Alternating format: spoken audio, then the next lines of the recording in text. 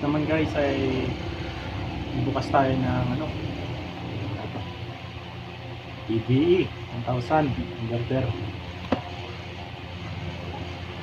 Sige kabit dito guys ha.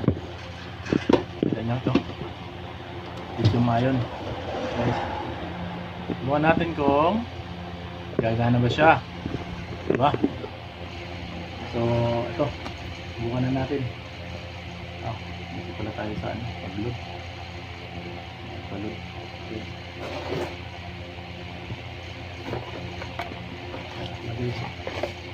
Bagong bago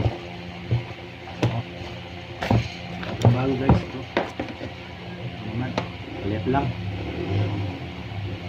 Dapat ang nabibilin ko dito ay yun, pure sign, pero napunta sa akin mali. Pero bili tayo sila ng mas maganda dito, siguro mga 2,000 plus. What? Mas bibili pa guys ako, taka lang ha.